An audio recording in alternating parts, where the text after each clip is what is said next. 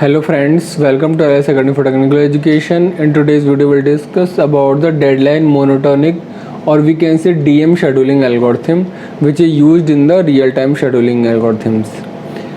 इसमें कंसेप्ट क्या है पहले हम ये समझने की कोशिश करते हैं और फिर एक एग्जांपल के थ्रू से डिटेल में समझेंगे। सबसे पहले इसका लॉजिकल कंसेप्ट क्या है ये देख लेते हैं। It is a fix priority based scheduling algorithm, यानी ये एक ऐसे शेड्यूलिंग एल्गोरिथम है जिसमें आप प्रायोरिटी फिक्स रखते हैं एडवांस में। ठीक है, पहले से ही आप प्रायोरिटी फिक्स कर देते हैं कि ये प्रायोरिटी का बेस रहेगा, इस बेसिस पर प्रायोरिटी डिसाइड की गई है and that will remain fixed through out the scheduling. उसके बाद एक बार अगर आपने कह दिया ये हाई प्रायोरिटी का है तो वो हमेशा हाई रहेगा थ्रू आउट द शेड्यूलिंग, जिसकी कह दिया आपने लो प्रायोरिटी है वो उसकी प्रायोरिटी लो ही रहेगी। Second point is that in this algorithm priorities are assigned based on their relative deadlines।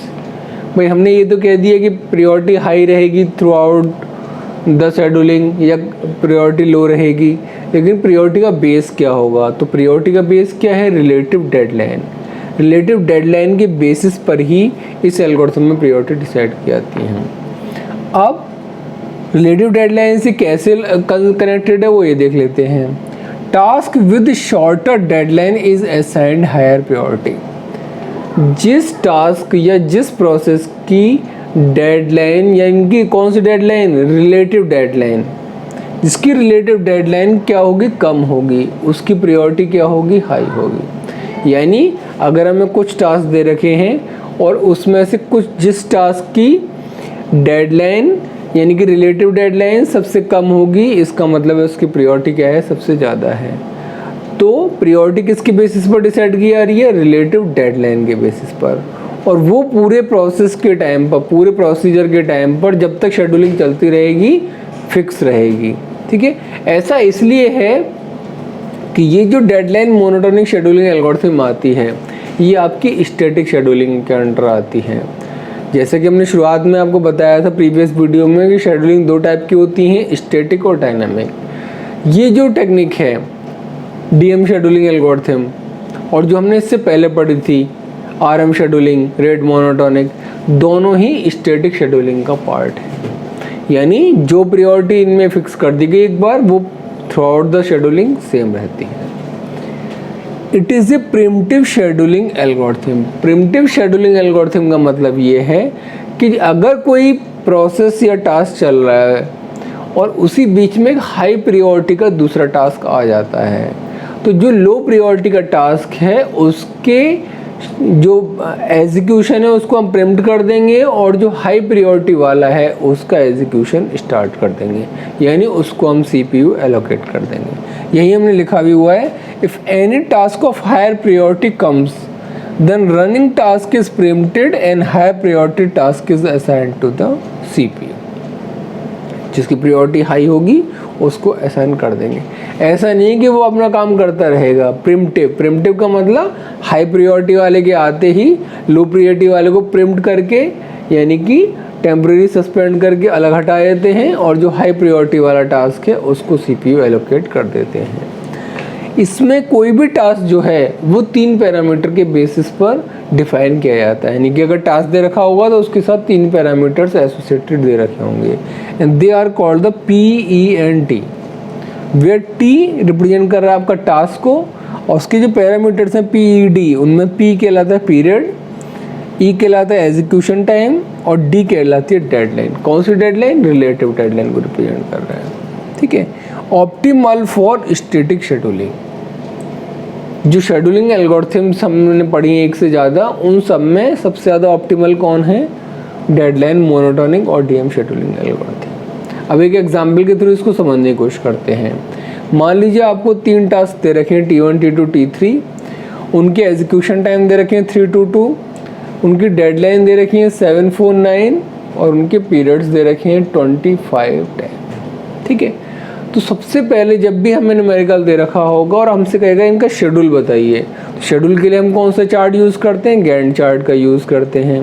ठीक है, और जब भी कोई ऐसा न्यूमेरिकल आएगा वो सबसे पहले हम क्या करेंगे? उसमें हाइपर पीरियड चेक निकालेंगे। हाइपर पीरियड कैसे निकलेगा?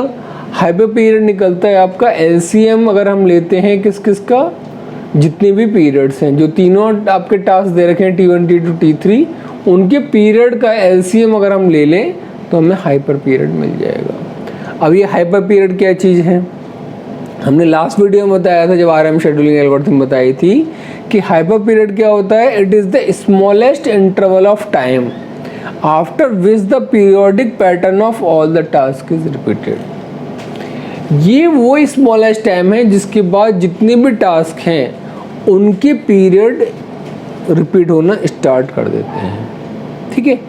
यानी वो स्मॉलेस्ट अमाउंट ऑफ टाइम जिसके बाद हर टास्क का जो आपका पैटर्न है, पीरियोडिक पैटर्न, वो रिपीट होना स्टार्ट कर देता है, ठीक है। अब हाइपर पीरियड निकलेगा कैसे, एलसीएम कैसे निकालते हैं, तो एलसीएम आपको ऑलरेडी आता होगा। एलसीएम निकालना है 25 10 का, तो 25 10 2 से डिवाइड किया 10 5 5, फिर 2 से डिवाइड किया 5 5, फिर 5 से डिवाइड किया 1 1 1, तो एलसीएम कितना आ गया 2 × 2 × 5, यानी कि 2 × 2 4 × 5 20, एंड दैट इज द 20। तो हाइपर पीरियड कैसे निकालते हैं, जितने भी टास्क दे रखे हैं उनका क्या करिए, उनके पीरियड का एलसीएम निकाल लीजिए, आपको हाइपर पीरियड निकल आएगा। यानी हमें यहाँ 0 से लेकर हाइपर पीरियड की वैल्यू 20 तक लिखना है, उसके बाद सभी के जो पीरियड्स होंगे वो रिपीट होना स्टार्ट हो जाएंगे, ठीक है। प्रियोरिटी का ऑर्डर क्या होगा, प्रियोरिटी किस बेसिस पर डिसाइडेड है, रिलेटिव डेडलाइन। रिलेटिव डेडलाइन किसने दे रखी है, T1 की 7, T2 की 4, T3 की 9। इसका मतलब है प्रियोरिटी सबसे ज़्यादा किसकी होगी, T2 की होगी, ठीक। उसके बाद सेकंड नंबर पे किसकी होगी, T1 की, और सबसे लो किसकी होगी, T3 की। क्यों, जिसका जितने डेडलाइन, रिलेटिव डेडलाइन की वैल्यू कम होगी उतनी उसकी प्रायोरिटी हाई होगी। तो T2 greater than T1 greater than T3, ठीक है। अब चेक करते हैं इनका जो गैंट चार्ट है वो किस तरीके से बनेगा। तो गैंट चार्ट को बनाने के लिए सबसे पहले हमने यहाँ से 0 से लेकर 20 तक वैल्यू लिखी। उसके बाद हमें क्या करना है, 0 टाइम पर क्या है, 0 टाइम मतलब इनिशियल टाइम। इनिशियल टाइम पर क्या है, तीनों टास्क आपके अवेलेबल हैं, क्योंकि अलग से तो कोई अराइवल टाइम दे नहीं रखा है, ठीक है। तो हम इनिशियली क्या एज्यूम करते हैं कि हमारे जितने भी टास्क हैं वो इनिशियली अवेलेबल हैं।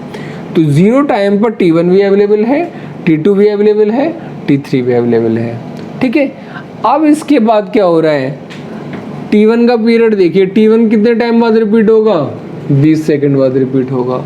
तो T1 अगर यहाँ पर आया 0 पर, तो अगली बार कब आएगा, 20वें सेकंड पे आएगा T1। 0 पे आने के बाद T1 फिर कब आया है, 20वें सेकंड पे, ठीक है। T2 का देखते हैं, T2 के लिए क्या लिखा हुआ है, 5, यानी हर 5 सेकंड बाद T2 आएगा। तो देखो T2 यहाँ पर भी है, 0 पर भी है, उसके बाद 5वें सेकंड पर भी है T2, फिर 10वें सेकंड पर भी है T2, फिर 15वें सेकंड पर भी है T2, और फिर 20वें सेकंड पर भी है T2। यानी T2 हर 5 सेकंड के बाद आ रहा है। अब आते हैं T3 पे।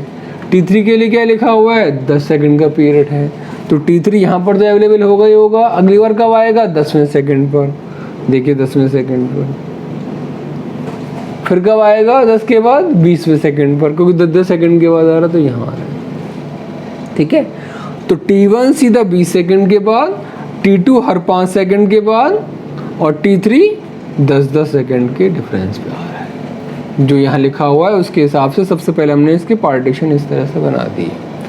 अब आपको पता लगे किस टाइम पर कौन सा टास्क अवेलेबल है, ठीक। अब स्टार्ट करते हैं किसका एग्जीक्यूशन होगा। इनिशियली तीनों पीरियड अवेलेबल हैं, सॉरी इनिशियली तीनों टास्क अवेलेबल हैं, लेकिन प्रायोरिटी किसकी हाई है, T2 की। तो T2 कितनी देर के लिए एग्जीक्यूट होगा, अब 2 सेकंड के लिए। 0 से स्टार्ट हुआ, T2 2 सेकंड के लिए एग्जीक्यूट होगा, ठीक है, 0 से लेकर 2 तक। अब T2 के एग्जीक्यूशन होने के बाद कौन सा बचा है, T1 भी बचा है, T3 बचा है, लेकिन प्रायोरिटी किसकी हाई है, प्रायोरिटी हाई है T1 की। इसका मतलब T1 एग्जीक्यूट होगा। T1 कितनी देर तक एग्जीक्यूट होगा, 3 सेकंड चाहिए, तो 2 से लेकर स्टार्ट हुआ ये, T1 3 सेकंड एग्जीक्यूट हो गया, 3 सेकंड चाहिए थे, 3 सेकंड एग्जीक्यूट हो गया। ठीक, अब पहुंच गए आप 5 पर। 5 पर क्या आ गया, T2 फिर से आ गया, T2 फिर से आ गया, तो T2 कितने, लेकिन अभी कौन सा बचा है हमारे पास एग्जीक्यूट होने के लिए, T2 फिर से तो आ गया, लेकिन बचा कौन सा है अभी, T3 का तो नंबर लगा ही नहीं है, क्यों, प्रायोरिटी लो थी, यानी T2 तो दोबारा से आ गया और T3 अभी हमारा नंबर लगा ही नहीं है, कहीं नहीं आ पाया T3। तो हमें क्या देखना पड़ेगा, T3 इसमें जो रह गया है अभी और जो ये T2 है, इनमें से किसकी प्रायोरिटी हाई है। तो देखो T2 और T3 में से किसकी प्रायोरिटी हाई है, T2 की प्रायोरिटी हाई होगी, क्यों, उसकी डेडलाइन कम है। तो यहाँ पर क्या होगा, 5वें सेकंड पर कौन पहले चलेगा, पहले चलेगा T2, और T2 को कितनी देर के लिए चलना है, 2 सेकंड के लिए, तो 2 सेकंड के लिए चला, क्यों चला, उसकी प्रायोरिटी हाई है T3 से। तो 5 से लेकर 7 तक। ठीक, अब बचा कौन सा यहाँ पे, T3 बचा हुआ है अभी, कोई T3 का नंबर तो अभी तक लगा ही नहीं है।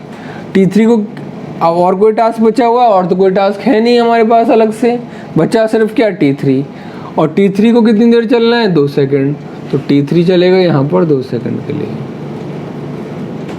यानी 7 से लेकर 9 तक T3 चल लिया, क्यों, क्योंकि और कोई कंटेंशन में था ही नहीं, और कोई था नहीं कंपटीशन में इसके। अब जैसे ही आप 9वें सेकंड पर पहुंचे, अब आपके पास कोई टास्क है, नहीं है, कोई टास्क नहीं है फिलहाल, ठीक है, तो 9 से 10 के बीच का जो टाइम है दैट विल बी वेस्टिंग, इस टाइम पर कोई एग्जीक्यूशन नहीं होगा CPU के थ्रू। अब आगे 10वें सेकंड पे, 10वें सेकंड पे फिर से क्या आ गया, T2 भी आ गया और T3 भी आ गया, और दोनों में से किसकी प्रायोरिटी हाई है, T2 की। तो 10 से लेकर और 12 तक, क्यों 12 तक, क्योंकि 2 सेकंड चाहिए एग्जीक्यूशन के लिए, T2 = 2, 12 तक T2 चला। फिर कौन चलेगा, T3, क्यों, T3 के अलावा और कोई है ही नहीं, T3 को कितनी देर चलना है, 2 सेकंड, T3 2 सेकंड चला।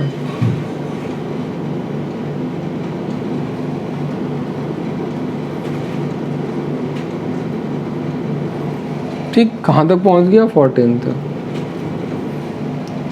अब कोई और बचा टास्क, फिलहाल तो कोई है नहीं, क्योंकि T2 T3 थे, दोनों चल लिए।